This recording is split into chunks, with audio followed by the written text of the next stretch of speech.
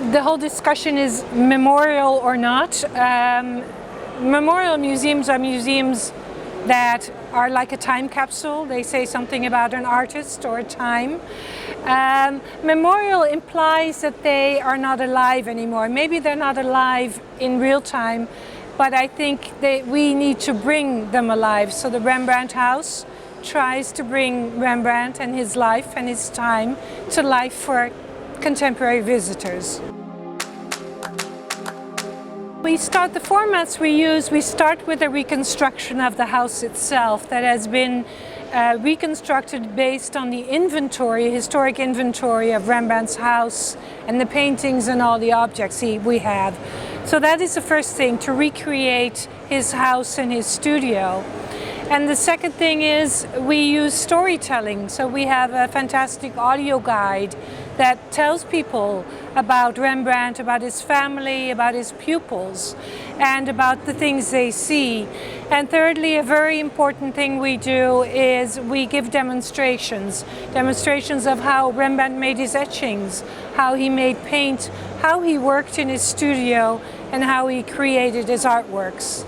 And finally, we have quite a large program of exhibitions and educational programs, lectures, workshops that always enhance a part of Rembrandt's life or work.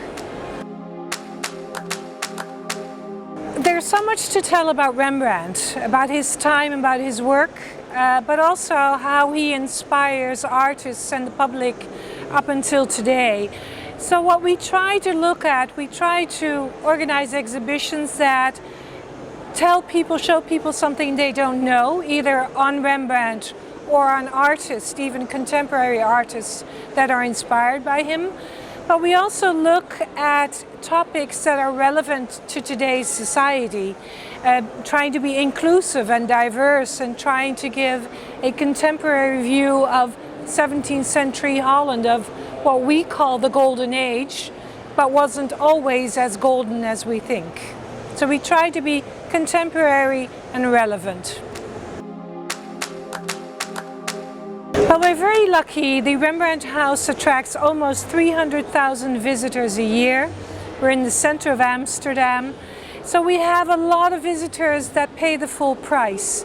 So about 75% of our income is by selling tickets. We do have some public funding from the city of Amsterdam, and we have sponsors. There are many cultural foundations in the Netherlands that also support us when we organize, for example, an expensive exhibition with Russian loans from Russian museums, for example. But we also have a wonderful museum shop, and we have a web shop, so a lot of products are sold, and that all generates quite a large income for the museum. Well, I love art.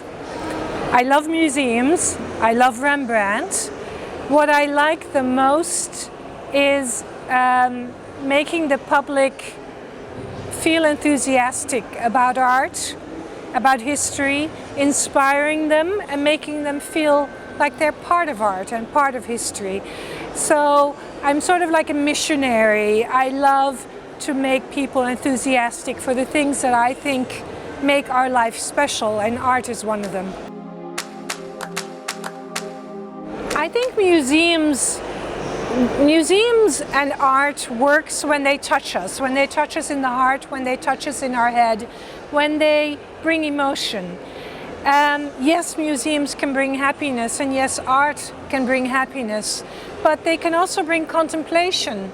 And sometimes they can make us sad because they remind us of something, but they also give us insight. So it's a way of looking at the world and looking at yourself. Part of it is happiness, and I hope a lot of it is inspiration. What I really loved at the forum is that Russian museums, like Dutch museums, are very much talking about their function in today's society. It's not just about showing an art piece, it's about storytelling, it's about including today's world, it's about enlightening people, but also thinking about who your public is. And there's also quite a lot of social and political issues about freedom of speech and freedom of storytelling and the things that make art important for all of us. And I feel that the Russian colleagues are addressing the same issues we are in the Netherlands. So that is what I really liked the most.